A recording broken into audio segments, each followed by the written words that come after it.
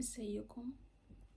احنا لسه بنقرا في الكتاب، والكتاب ده الحقيقة عشان مهم. انا كل الحاجات المهمة هيبقى فيه فقرة القراءة. هقرأ معاكم النهاردة حاجة بسيطة قليلة قوي.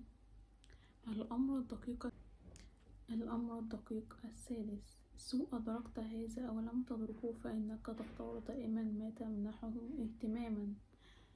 يعني ده الحاجة اللي انت بتختارها، فدي الحاجة اللي انت بتهتم بيها.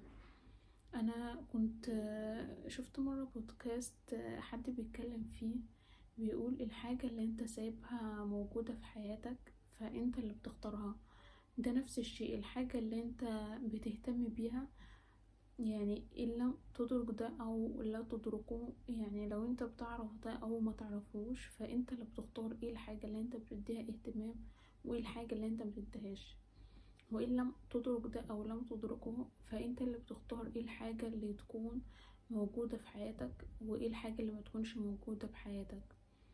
بمعنى مثلا المثال ده بينطبق على كل حاجة بقى، على العلاقات، على الشغل، على كل حاجة في حياتك.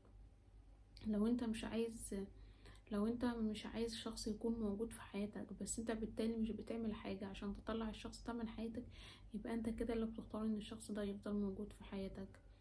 لو انت مثلا مش بتحب مثلا بلوزة معينة وانت البلوزة دي محتفظ بيها، فانت اللي بتختار ان انت تخليها تكون موجودة في حياتك. فدايما افتكر انت اللي بتختار ايه اللي هيكون موجود في حياتك وايه اللي مش هيكون موجود في حياتك، وده المهم اللي احنا نعرفه.